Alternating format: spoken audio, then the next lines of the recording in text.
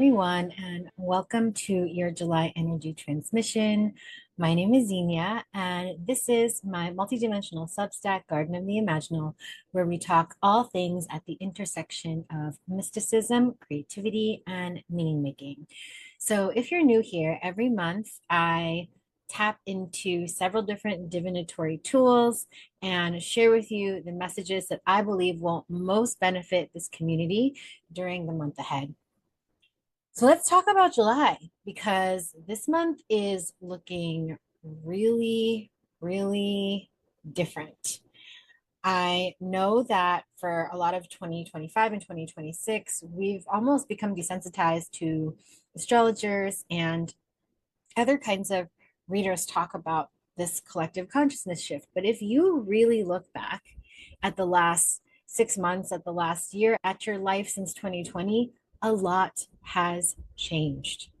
A lot has changed. And a lot of what we were told was impossible has now become a reality. And some of that feels like, wow, dreams coming true. And some of that feels like a bad dream coming true. But if you look at this, there has been a lot of collective shift just in the time most of us who have been alive through the 80s, 90s, up to now, we have lived through major consciousness shifts collected to technology.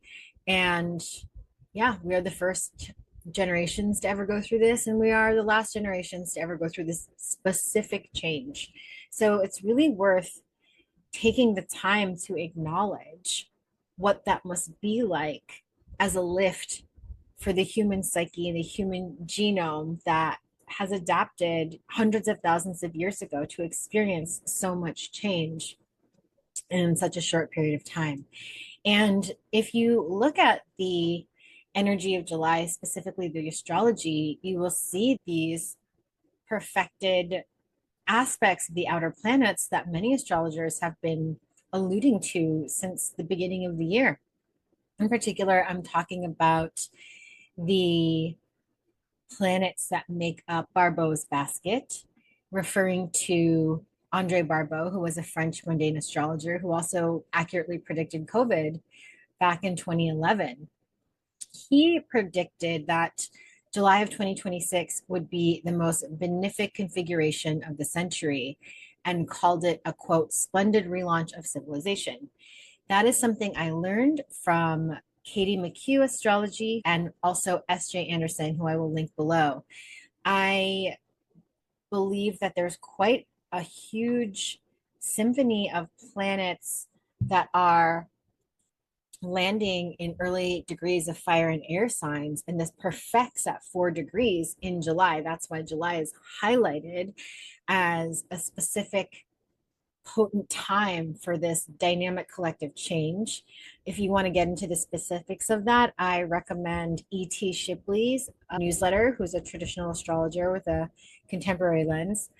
I heard Liz Lipton, whose handle is at the Light Goddess on Instagram, say that we would be referring to July 2026 as like a before July 2026 and after July 2026. And when I heard her say that, I actually did get a little bit nervous, and it made me really want to tap in energetically to understand how it is that we can be stewards of this change instead of reacting to this change. Because whenever people are using the past to understand the possible configurations of what might happen astrologically, that's really useful because it's using data points that tell us how these energies like to manifest. However, because we are in a time of consistent change and consciousness shifts, history will not repeat exactly ever. Because where I am seated in the world through my work is talking about being creator beings, being stewards of consciousness, being both the ocean and the drop in the ocean, because that is my primary lens.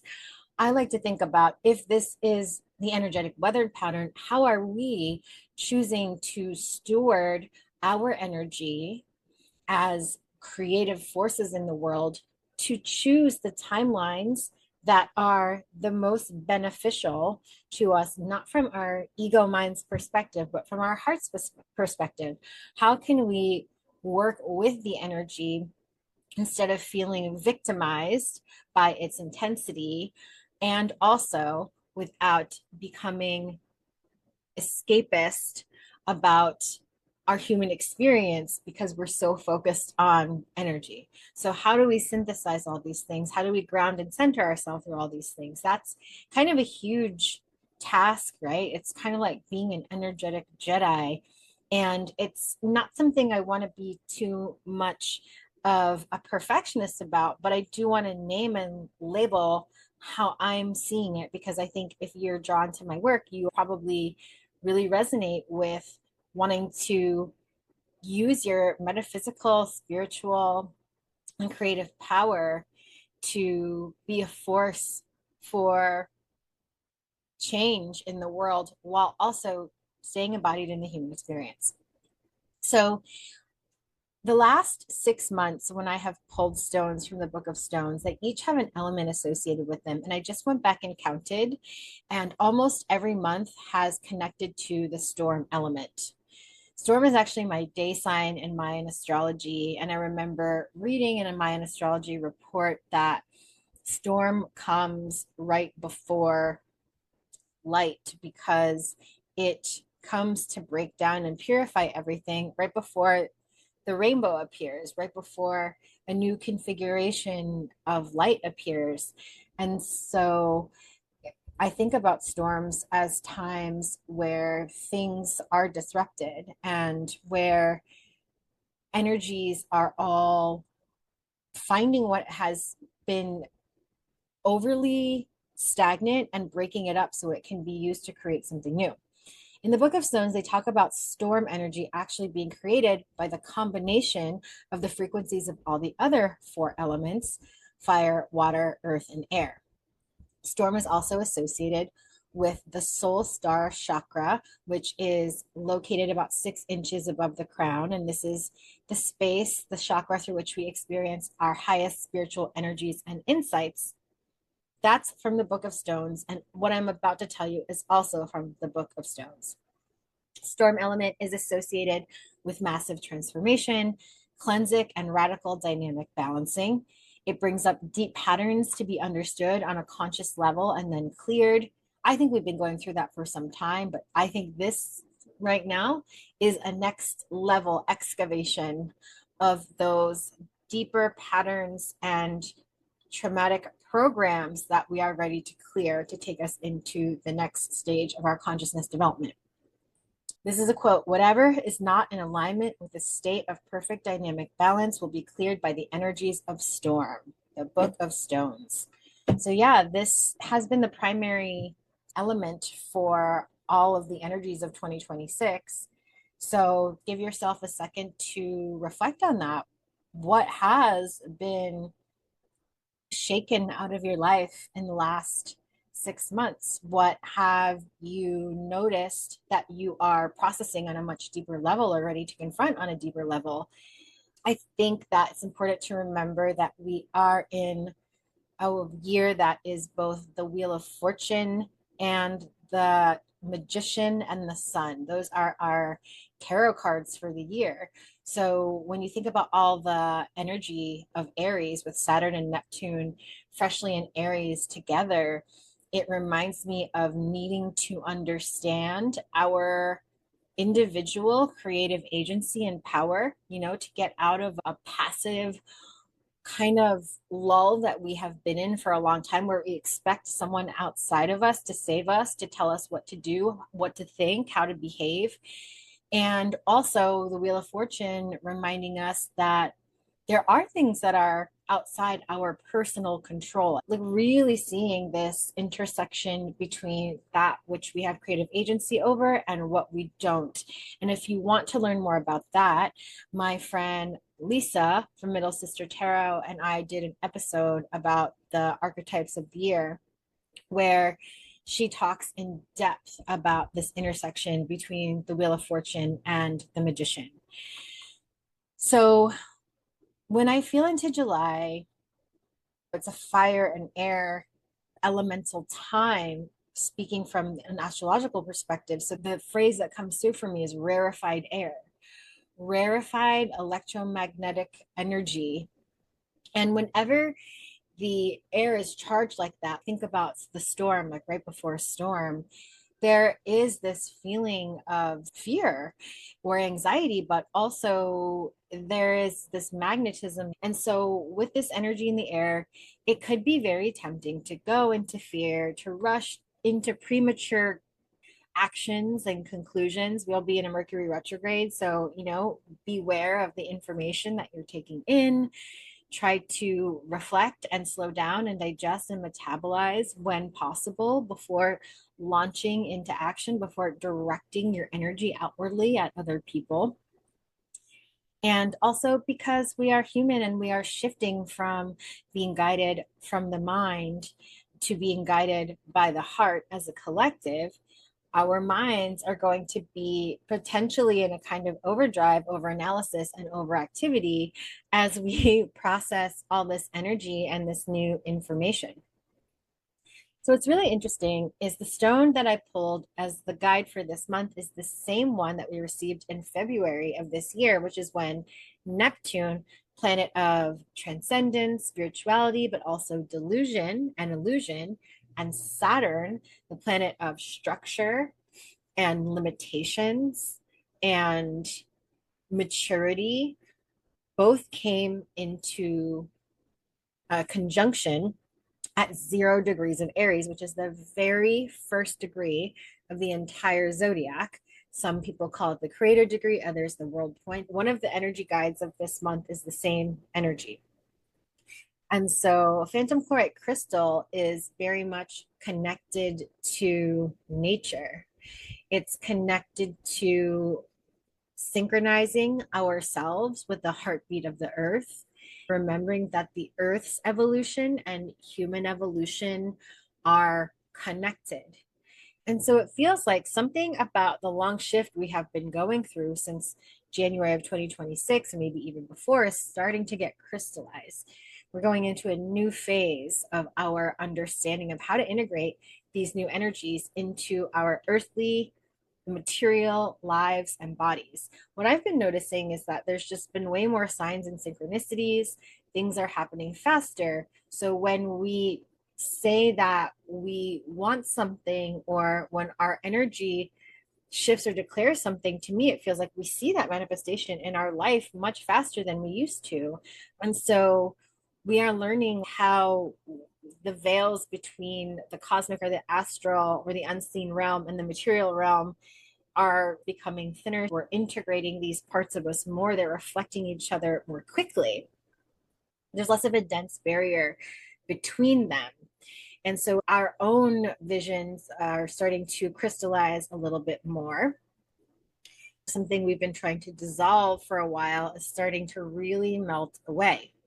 And so as we are further understanding our own shifts in our energy, our own shifts in our human consciousness, connecting to the earth and remembering that we are in a partnership with the earth is highly advised. And our connection to the earth can be individual. For some of us, this means going towards herbalism. And for some of us, this means spending time in the woods. For some of us, this is advocating for the earth, really paying attention to what's happening with the data centers and the water, paying attention to what's happening with the socioeconomic policies that benefit from war profiteering, paying attention to what's happening to indigenous populations and indigenous stewardship. How we connect with the earth depends on what each of us are called to do. Again, remembering Saturn and Neptune in Aries, you are your own teacher, you are your own spiritual teacher as well. Insourcing rather than outsourcing how these energies manifest in you is very much supported right now, but so is taking it slowly as we are in Mercury retrograde for most of the month. In July, our spiritual energy is continuing to expand, that we are learning how to integrate this with our physical energy. There's also a call to connect our heart, mind, and the heart of the earth. And all of this information is referencing the Book of Stones. So doing meditations where you think of your heartbeat synchronizing with the earth's heartbeat, and you sit in meditation and picture yourself moving your energy back and forth between the two. Perhaps you picture your mind's energy sliding down into your heart, That is a technique I learned from someone named Georgia Jean. And then perhaps you picture your heart's energy sliding down into the heart of the earth and then back again in a column. Doing practices like this can really help with the integration of these newer energies and frequencies into our embodied human experiences. For some of us, there will be optimism available to us, and that we are learning how to practice receptivity. And receptivity meaning the energy of not chasing after things, not forcing things, not mentally needing to grasp things, but connecting to something bigger than us that we believe is in service to the greater good. If you are practicing some form of mysticism and you are only working with the mental sphere or mental control or things we can understand and fully grasp, you are probably cutting yourself off from a ton of other resources that are connected to your inner knowing, that are connected to your energetic gifts, that are connected to the more divine feminine and animistic forms of understanding. So there's a call to practice connection with something bigger than us instead of constant action, constant strategy, and learning to trust openness when we do observe chaos and we do observe corruption can be difficult. But when we try to envision the world from a level that is just bigger than the material and includes the vastness of the cosmos, includes the vastness of the invisible minute particles, and that includes the fact that particles become entangled and therefore can communicate instantaneously with no time between them. When we tap into things on that level, it can be easier to practice receptivity. And that means tuning out of the narratives that feel more like a storyline and tuning more into a sensation of connection that goes beyond story. So we had a second stone guide for July, and this one is the Herkimer Diamond. And that stone is also associated with the spiritualization of the material. So very, very similar to chlorite phantom crystal. Rather than facilitating connection with the earth, however, Herkimer Diamond actually invites us to connect to the angelic realms. So I don't actually conceptualize the angelic realms or angelics as like personalities, but I think that we are all designed to interpret and perceive these energies however it is easiest for us to work with them. For me, I think more of bandwidths of energies when I think of angelics. So what you notice here between the two stones is a spiritualization of the material, one that encourages connection to the earth, the other one encouraging connection to a like a sort of high frequency cosmic bandwidth. And so when you combine the two, somewhere in the middle is the interlocutor, which is us, the human vessel, the human being, the heart. So chlorite phantom supports healing the body, and Herkimer supports healing the darker places on our emotional psyche. So purification of our emotions is available in July. It also helps us to develop our light bodies. So if you have any kind of practice where you work with the sun, where you work with Kundalini energy, that is very supported right now. Herkimer also helps us work with dreams and visions. Both of these energies are inviting us to connect to the subtle realms above and below, to hold space to transmute what we need to feel to heal and clear, and to trust something much bigger than the intellect. And that's kind of been true for a lot of 2026. But I think there's just a different octave that we are hitting in this month of July. Now, the next part of this energy forecast will be about the tarot cards that I pulled. But before I get into that, I just want to tell you a little bit about some of the offerings for July. First of all, for anyone who subscribes, I have a July workbook. It comes to you in two parts. The first part will have the messages from the month typed out. It will have astrological key dates. It will have a ritual for the month and journal prompts for the month. The second part of the workbook will have a new and full moon tarot spread for July. And those tarot spreads will also include a brief essay about what I'm reading in the energetics of those lunations. For less than a latte in New York City, you can get this workbook and also access to this video for the rest of July. Then on July 7th, we have a workshop with Seiwan of Sunsong, which is called Plants for Liminal Spaces. And this is going to be so supportive for those of us who want to connect to nature, but perhaps are wanting to connect to it on a subtle level or can't always connect in the way we want to because we live in cities, and or those of us who are drawn to working with the energies of mugwort, pearl, or orchid, which are the three that Seiwan has added to a formula for us. So you can purchase the formula and the workshop. Those are options, but I highly suggest getting both so that we can take the formula and drop in together. Then on July 14th, I am hosting a suggested donation gathering with Georgia Jean of Circle Evolution. This is specifically to support us with the intense energy of July's astrology and to guide us to see things from an empowered perspective that allows us to be agents of creativity and agents of choice during these intense times. So I work with George's work a lot. I've been working with it since 2020. I trust it very much. If you are open to channeled messages and also receiving energetic attunements, I highly suggest coming to that July 14th gathering. And last but not least, on July 23rd, Thursday at 7 p.m., we are going to be hosting Delta Venus for a workshop called Shapeshifting, Befriending the Void. And in that workshop, we are going to learn from the wonderful Paige about how we can connect to the space of no thing, of nothing, and to transform the sensation of grasping or fear into one of tapping into creative fertility. So you can sign up in the show notes. I will also have a link to book the last few one-on-ones I have before taking a summer break.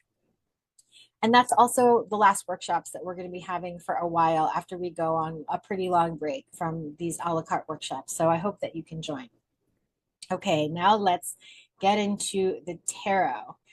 When I tap into the story of the cards that I pulled, it feels like the beginning of a fall for some powerful people, those that represent false leadership, a lack of integrity, and an obsession with the idea of kingship. The incredible insecurity is going to just become more and more obvious. Meanwhile, there's a creative fertility that's coming in June. This time, we're going to get better understanding of ideas we've been trying to develop. I think there's going to be a lot of, like I said before, eerie synchronicity, manifestation coming to fruition quickly. This will bring a lot of exhilaration, but also disorientation. I think things will feel a little bit surreal, a little ungrounding. I think more and more people are going to be open to really believing in the power of manifestation of their thoughts and words, creating their reality. More of us are going to be noticing signs and synchronicities. It's going to be a little bit hard to deny our creative power as human beings coming into July. I think there's a spiritual wave of people opening in July. There's an opening in our collective here to think differently about the nature of reality. As we said before with the stones, the cards also support that there will be an emotional clearing and that there is potential for healing and tapping into higher frequencies available to us that creates the sensation of high highs and low lows and cycling through the ups and downs a little bit more quickly. What used to take a year to transmute might take 4 months. What used to take 4 months might take 2 weeks. So just knowing how to find the stillness in the in between and to stabilize yourself is very, very important. Practicing grounding, practicing moving from your head into your heart is important. There's a wild amount of creative inspiration available in July. And I think the trick, because it's Mercury retrograde, is to catch the inspiration without rushing to develop our ideas prematurely. So because we are also becoming more telepathic as a community, it's important to trust that ideas are abundant. They don't need to be hoarded. And because of that, I suggest both one, not rushing your process to beat other people to it, but actually being intimate with ideas, trusting the timing of the ideas, but also not using that as an excuse to wait for conditions to be perfect. It's really not a time to wait for conditions to be perfect. It's really a time to work a little bit at what we are doing every day without rushing. At the same time, because there is no shortage of ideas, you could probably tell from listening to me, I really believe in citing your sources and references on a regular basis, or at least citing the teachers you've learned from a lot, because of course, sometimes we unconsciously pick up ideas that we've learned from others over a long time. But, for me anyway, I wouldn't be in the exact place I am now without the teachers I found. So it feels good to let people know where my inspiration comes from. So yeah, there's a lot to process in July. I would definitely write things down and talk things over with friends as you're receiving ideas. But again, not rush, not be afraid, not come from a scarcity mentality that you have to be the first to create something for it to be important. All of us have a way of channeling the same ideas differently to different people and different timing. So trust that, because it feels like in July, there's a rise of the matriarchal energy. And by that, I don't mean women overpowering men or feminine energy overpowering masculine energy. I mean it coming into balance. And I think through this, there's going to be a lot of suppressed anger that comes up that needs to be received. And I think as the repressed and oppressed divine feminine energies come up, it's important for us to also nurture ourselves. I think part of the wound that comes up is the lack of care, the lack of respect of the softer skills, and the need for nature's cycles of rest and replenishment to be way more respected as an important part of any process. So, anger arising from the hustle and grind of things. That's something that Lee Harris talked about when we got to see him live in New York. I think a lot of us are going to be tuning into how we want to work, the way we want to live, the way we want our work to support the way we want to live. Now, how to support ourselves. I think we're going to be very, very confronted with our attachments, and we're going to learn quickly in July when we are using our creative power to create our worst nightmare, when we are using our creative power to free ourselves, when we are using our agency to avoid.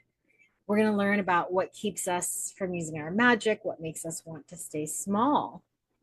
And so just paying attention to how you are called to free yourself from manifesting the same thing over and over and over again, finding a space of moderation between complete avoidance and feeling like we have to launch into things in the most intense way.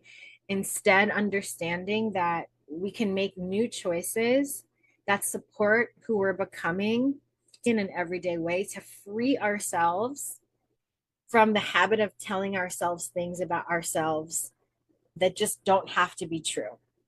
So this month, catch when you're reinforcing a story that you don't actually want to be true anymore. Calling our energy back and rewriting those scripts. That's a big opportunity this month.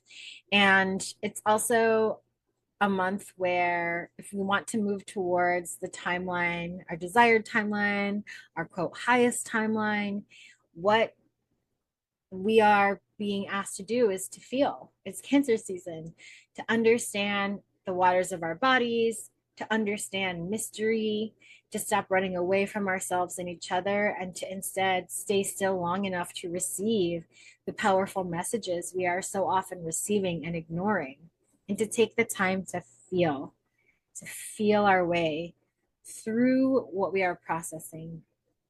For those of us in my community who are listening to this, I asked, what is our specific role?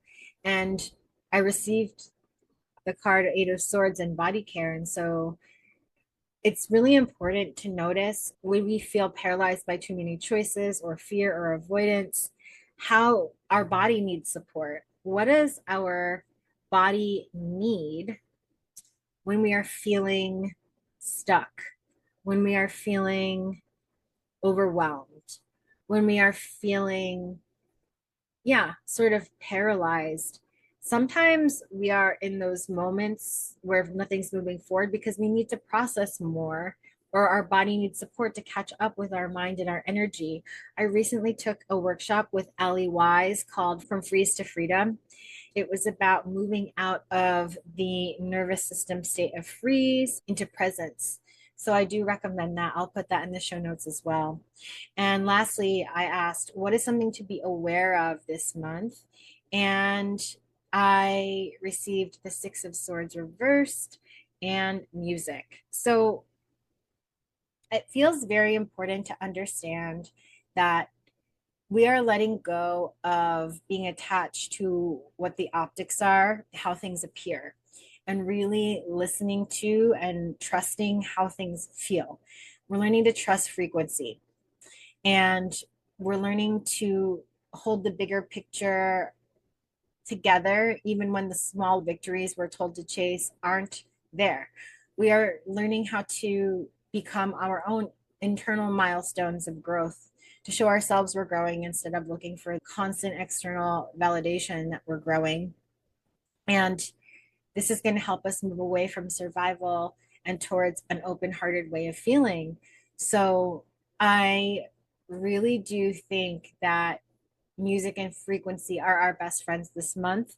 If you are like me and you love to listen to so many podcasts and read so many books at the same time, if you're doing it for enjoyment, great. If you're learning a lot, great. If you're not overwhelmed, fantastic. But in the times you feel like maybe there's a little too much buzz in the mind, turn on some music. If you want, move your body or dance. If not, just listen while you're in the car or listen while you take a walk, and just notice how you feel. Because when I listen to music, even though I live in New York, I feel so connected to the present, to my body, and I feel really dialed into nature when I'm listening to most music that I like. It makes me look at the trees and the sky. And I think if you're highly empathic, it's easy to feel everyone else's thoughts, ideas, and anxiety. So when you tune into the frequency of the music, it allows you to connect to the world around you at a different pace, at a different level.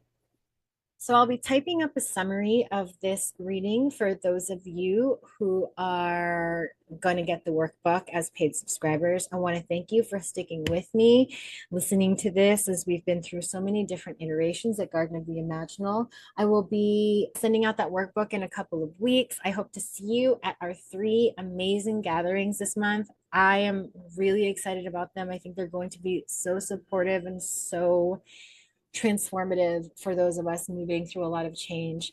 And I just want to thank you for your support, your time, and attention. I love to hear from you in the comments. I always read them. I try to write back too. So let me know what landed, or maybe you're feeling something else. Let me know about that. Take care, gardeners. I'm wishing you so much connection to your heart and the field of love around you. I'll see you next time. Bye.